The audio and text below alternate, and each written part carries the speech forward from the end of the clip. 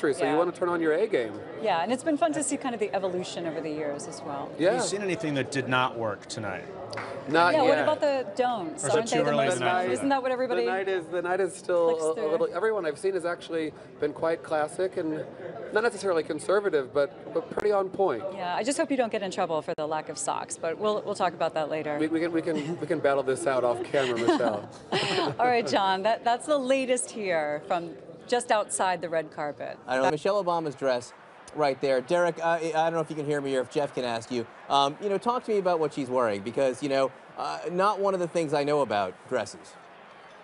Well, here, I'll take it from here. I think as Michelle Obama's last White House Correspondents' Dinner as the First Lady, and I think she really knocked it out of the park. She went for gold, didn't she?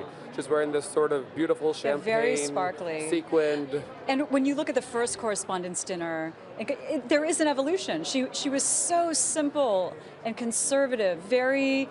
Also a different time economically. I remember in that first year in 2009, it did not want to be seen as too lavish or whatnot. Absolutely. But now she's going for the gold. Look at her. She and then looks kind of beautiful. mid-range, 4 years in, she started changing up the hair, kind of a little more sparkle. Yeah, she looks amazing tonight. And she always does something a little different each time, different than her usual look. And John... Derek, what are you on the tie in a tuxedo? Because you and Jeff are wearing the traditional necktie, yet the leader of the free world, Barack Obama, is wearing the traditional bow tie. Who's right? Well, I think Jeff and I wanted to give Wolf Barack Blitzer a is moment wearing to a shine tie. this year, so we took it a notch down and let him glam it up. And it's the least we could do. Isn't Wolf also wearing a tie? Did you see him? Technically, black tie is not limited to only bow ties. Of course. We're splitting. At least in America. Maybe it's a CNN thing tonight. I mean, I had a tie on, a long tie, but then I decided to take it off. Excellent. Well, the definitive answer, if Wolf Blitzer does it, then it's okay. All right, guys, thank you so much. In coverage, Jason Rezaian of the Washington Post, who was in prison in Iran right now, presenting awards for journalism. That's Matt Visor of the Boston Globe, a terrific reporter who just got an award right there. We are waiting to hear from President Obama, waiting to hear from Larry Wilmore. Do not go away. Our live coverage continues. Right. It's coming up. We'll be right back. Look, the White House Correspondents Association put together some clips of some funnier moments of the last few years. It is an honor to be here at my last, and perhaps the last, White House Correspondents' Day.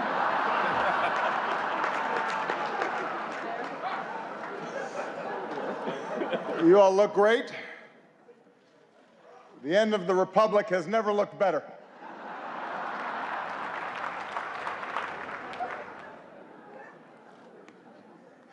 I do apologize. I know I was a little late tonight. I was running on C.P.T.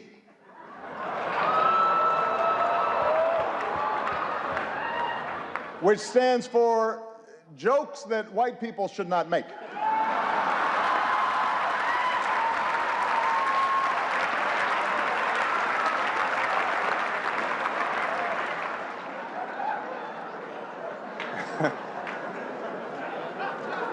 It's a tip for you, Jeff. Anyway, here we are. My 8th and final appearance at this unique event. And I am excited. If this material works well, I'm going to use it at Goldman Sachs next year.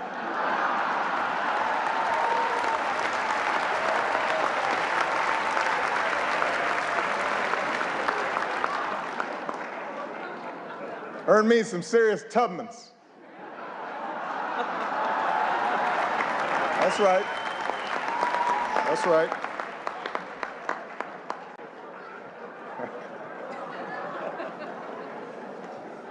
My brilliant and beautiful wife, Michelle, is here tonight.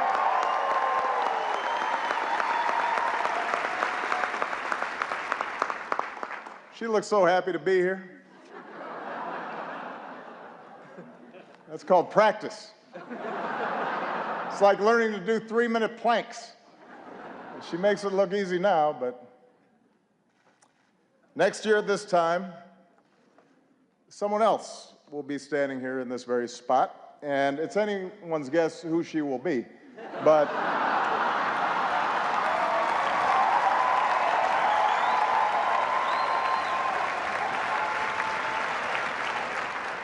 But standing here, I can't help but be reflective, a little sentimental. 8 years ago, I said it was time to change the tone of our politics. In hindsight, I clearly should have been more specific.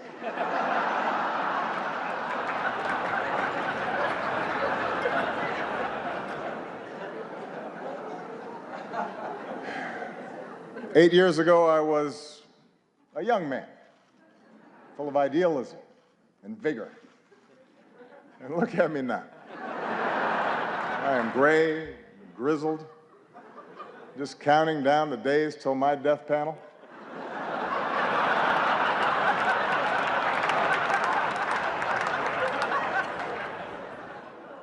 Hillary once questioned whether I'd be ready for a 3 a.m. phone call. Now I'm awake anyway because I got to go to the bathroom. I'm up.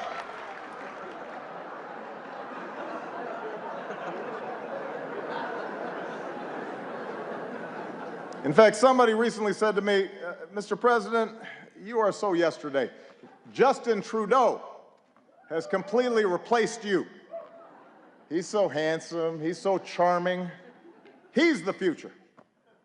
And I said, Justin, just give it a rest.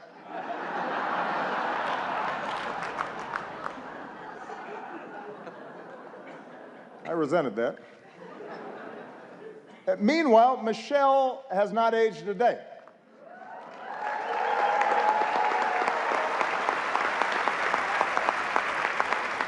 The only way you can date her in photos is by looking at me. Take a look. Here we are in 2008.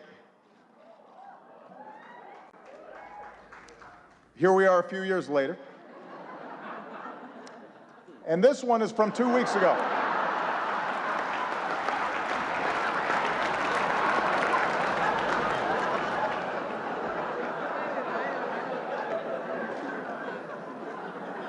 So time passes.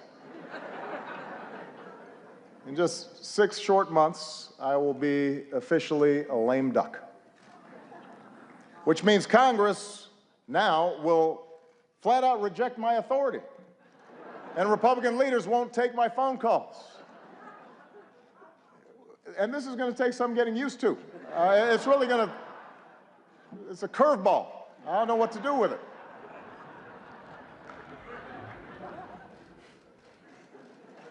Of course, in fact, 4 months now, congressional Republicans have been saying there are things I cannot do in my final year. Unfortunately, this dinner was not one of them. But on everything else, it's another story. And you know who you are, Republicans. In fact, I think we've got Republican Senators Tim Scott and Cory Gardner. They're in the House, which reminds me, security, bar the doors. Judge Merrick Garland, come on out. We're going to do this right here, right now.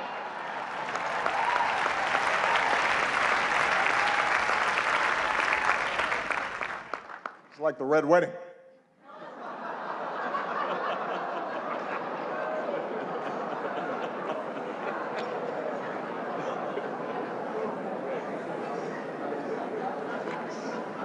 But it's not just Congress.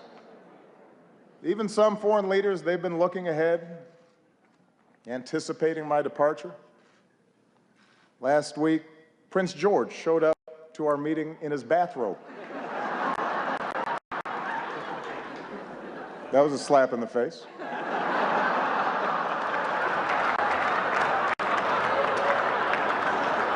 A clear breach of protocol. Although while in England, I did have lunch with Her Majesty the Queen, took in a performance of Shakespeare, hit the links with David Cameron, just in case anybody is still debating whether I'm black enough. I think that settles the debate.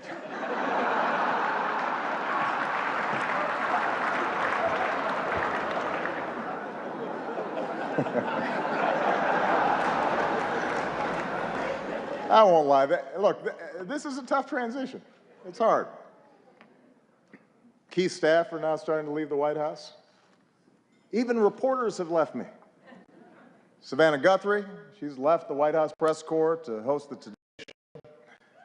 Nora O'Donnell left the briefing room to host CBS This Morning. Jake Tapper left journalism to join CNN.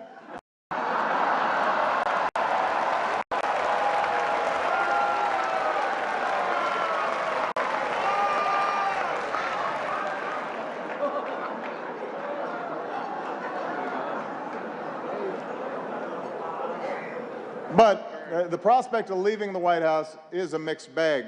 You might have heard that someone jumped the White House fence last week, but I have to give Secret Service credit. They found Michelle, brought her back. She's safe. She's safe back at home now.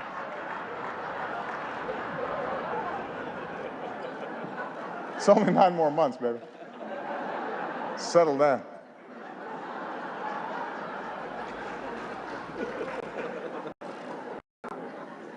And yet somehow, despite all this, despite the churn, in my final year, my approval ratings keep going up.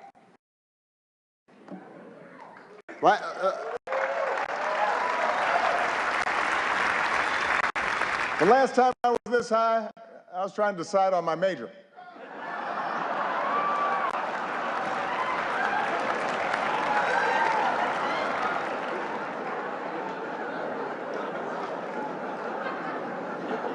And here's the thing, I haven't really done anything differently. So it's odd. Even my aides can't explain the rising poll numbers. What has changed? Nobody can figure it out.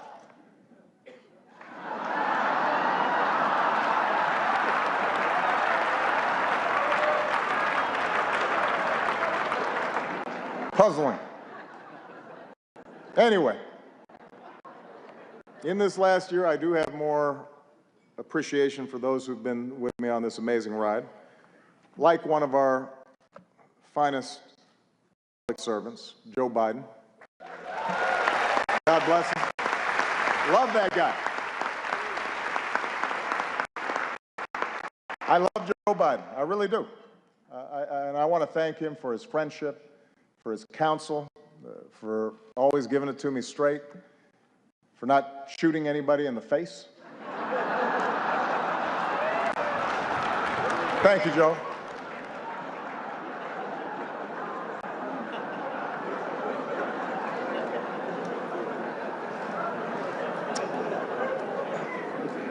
Also, I would be remiss. Let's give it up for our host, Larry Wilmore. Is one of the 2 black guys who's not Jon Stewart. You're the South African guy, right?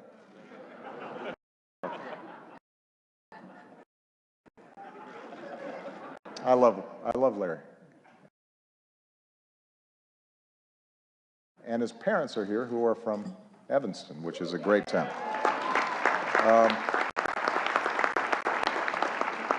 I also would like to acknowledge some of the award-winning reporters that we have with us here tonight. Rachel McAdams, Mark Ruffalo, Leah Schreiber. Thank you all for everything that you've done. I'm just joking. As you know, Spotlight is a film, a movie, about investigative journalists with the resources and the autonomy to chase down the truth and hold the powerful accountable. Best fantasy film since Star Wars.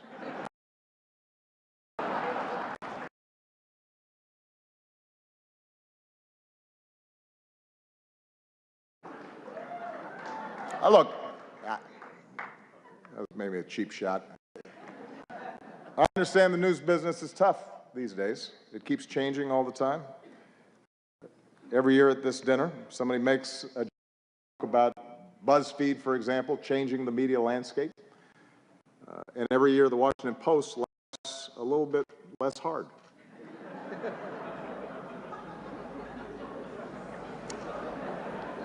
It's kind of a silence there, especially at the Washington Post table. GOP Chairman Reince Priebus is here as well. Glad to see. I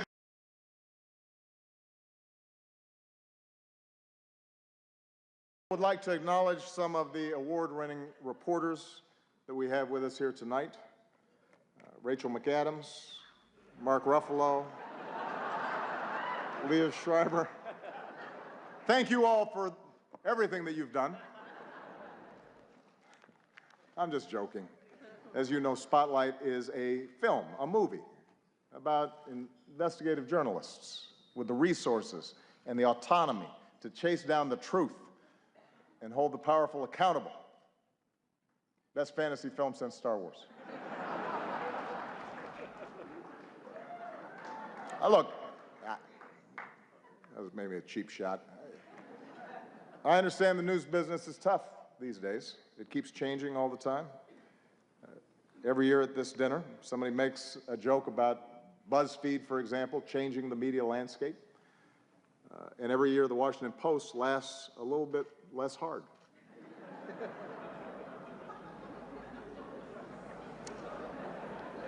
It's kind of a silence there, especially at the Washington Post table. GOP Chairman Reince Priebus is here as well. Glad to see that you feel that you've earned a night off. Congratulations on all your success. The Republican Party, the nomination process, it's all going great. Keep it up.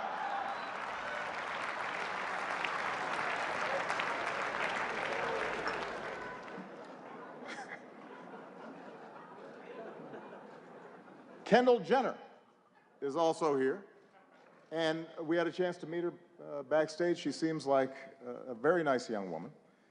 I'm not exactly sure what she does, but I am told that my Twitter mentions are about to go through the roof.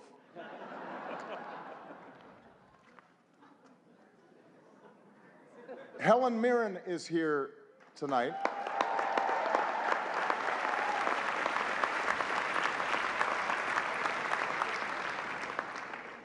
I don't even have a joke here. I just think Helen Mirren is awesome.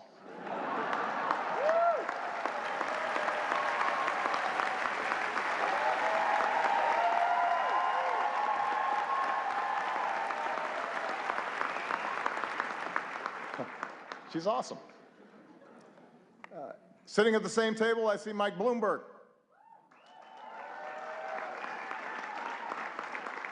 Mike, a combative, controversial New York billionaire, is leading the GOP primary, and it is not you. That has to sting a little bit.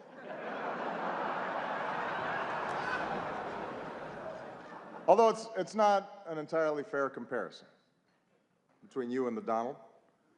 After all, Mike was a big city mayor.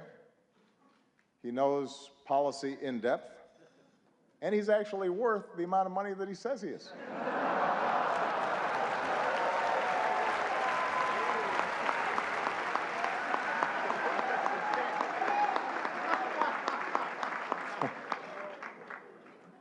What an election season. For example, we've got the bright new face of the Democratic Party here tonight, Mr. Bernie Sanders. There he is.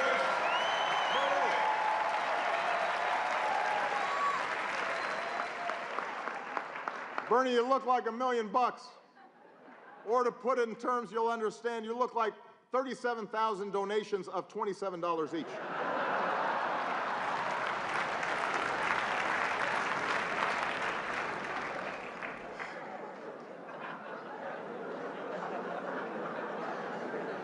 A lot of folks have been surprised by the Bernie phenomenon, especially his appeal to young people, but not me. I get it.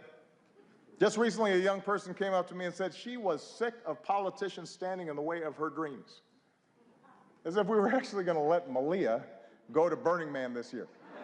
Was not going to happen. Bernie might have let her go, not us.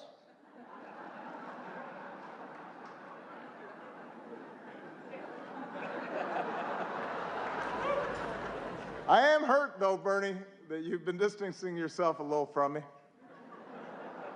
I mean, that's just not something that you do to your comrade.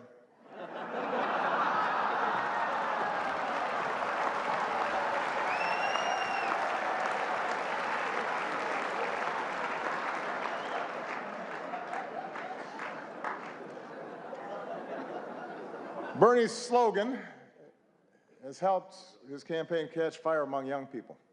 Feel the burn. Feel the burn. It's a good slogan. Hillary's slogan has not had the same effect. Let's see this.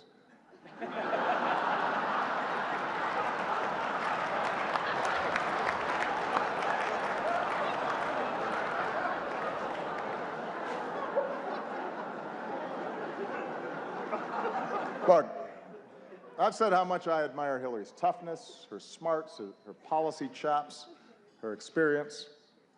You've got to admit it, though. Hillary trying to appeal to young voters is a little bit like your relative who just signed up for Facebook. Yeah? Dear America, did you get my poke? Is it appearing on your wall? I'm not sure I'm using this right. Love, Aunt Hillary.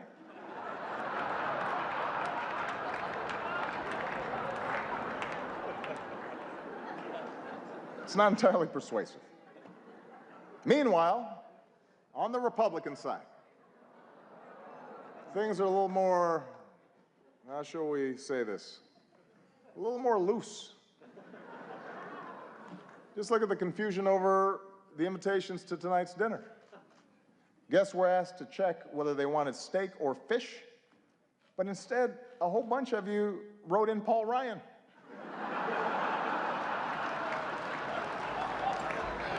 That's not an option, people. Steak or fish.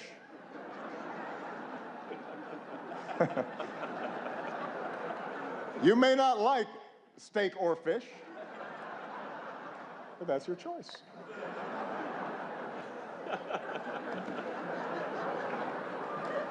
Meanwhile, some candidates aren't polling high enough to qualify for their own joke tonight.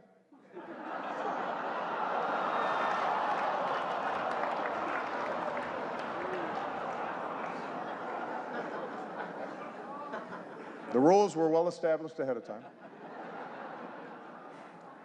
And then there's Ted Cruz.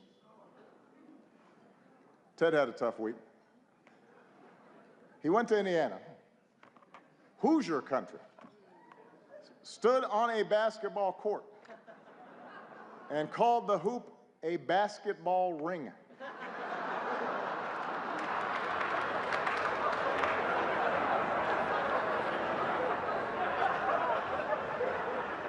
What else is in his lexicon? Baseball sticks, football hats. But sure, I'm the foreign one.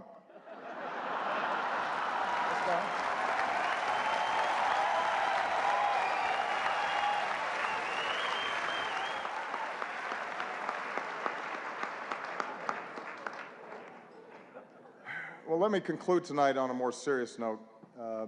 I want to thank the Washington Press Corps. I want to thank Carol for all that you do. You know, the free press is central to our democracy, and nah, I'm just kidding. You know I've got to talk about Trump. Come on.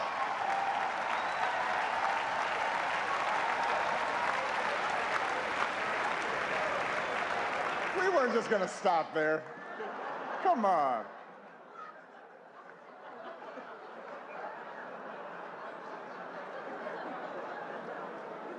Although I am a little hurt that he's not here tonight. We had so much fun the last time. And it is surprising. You've got a room full of reporters, celebrities, cameras, and he says no. Is this dinner too tacky for the Donald? What could he possibly be doing instead? Is he at home eating a Trump steak? Tweeting out insults to Angela Merkel? What's he doing?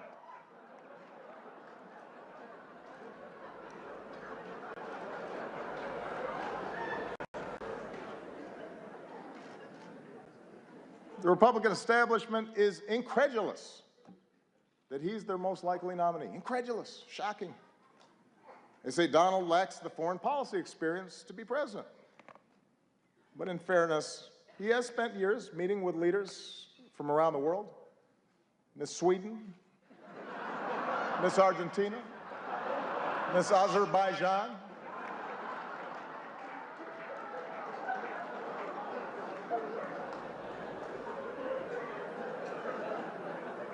And there's one area where Donald's experience could be invaluable, and that's closing Guantanamo. Because Trump knows a thing or two about running waterfront properties into the ground.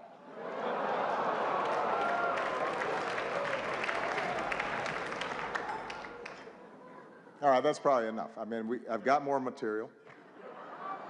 No. I don't want to spend too much time on the Donald. Following your lead, I want to show some restraint. Because I think we can all agree that from the start, he's gotten the appropriate amount of coverage, befitting the seriousness of his candidacy.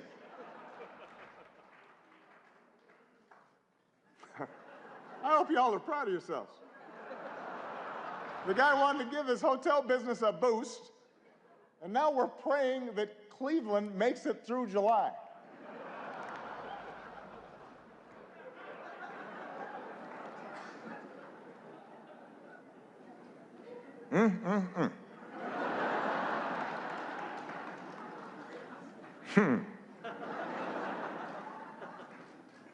As for me and Michelle, we've decided to stay in D.C. for a couple more years.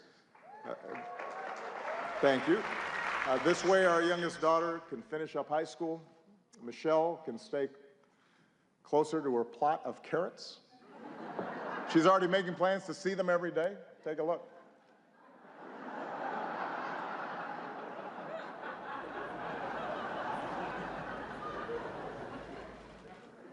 But our decision has actually presented a bit of a dilemma because traditionally presidents don't stick around after they're done.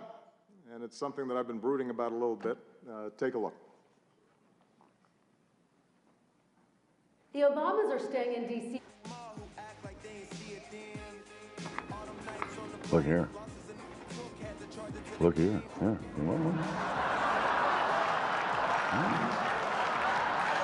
Breaking news, former President Barack Obama on his 347th round of golf for the year, and it's totally great. And Gloria, not a problem for anybody. I can't think of a reason to care, Wolf, and believe me, I've tried. There you go.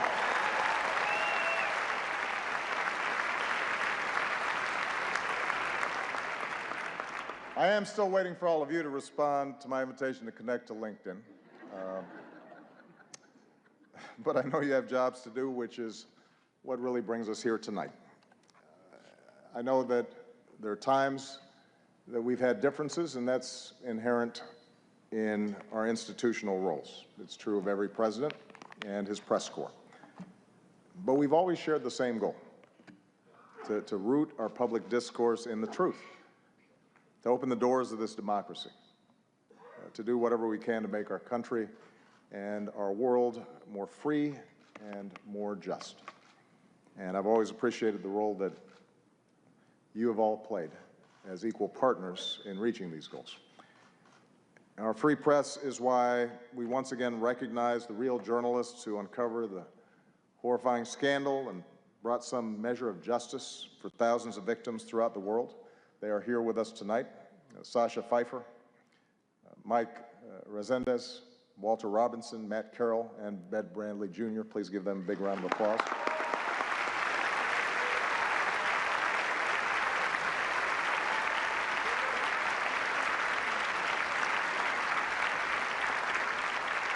Our free press is why, once again, we honor Jason Rezaian. As Carol noted, last time this year we spoke of Jason's courage as he endured the isolation of an Iranian prison. This year we see that courage in the flesh, and it's a living testament to the very idea of a free press, and a reminder of the rising level of danger and political intimidation and physical threats faced by reporters overseas. And I can make this commitment that as long as I hold this office, my administration will continue to fight for the release of American journalists held against their will, and we will not stop until they see the same freedom as Jason had.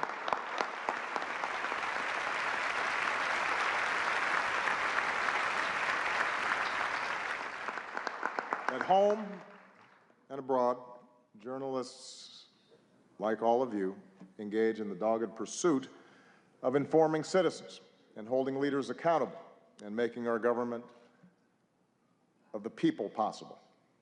And it's an enormous responsibility. And I realize it's an enormous challenge at a time when the economics of the business sometimes incentivize speed over depth, and when controversy and conflict are what most immediately attract readers and viewers. The good news is there's so many of you that are pushing against those trends. And as a citizen of this great democracy, I am grateful for that. For this is also a time around the world when some of the fundamental ideals of liberal democracies are under attack, and when notions of objectivity and of a free press and of facts and of evidence are trying to be undermined, or in some cases ignored entirely.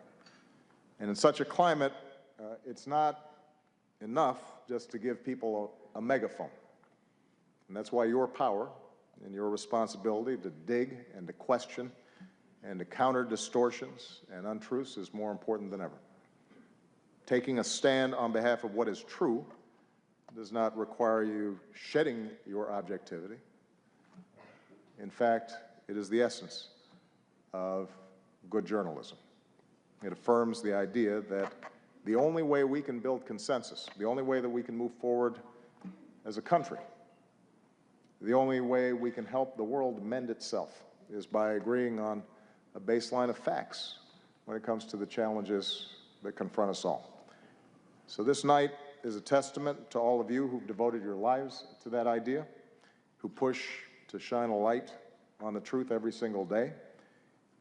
So I want to close my final White House Correspondents' Dinner by just saying thank you. I'm very proud of what you've done. It has been an honor and a privilege to work side by side with you to strengthen our democracy. And with that, I just have two more words to say. Obama out.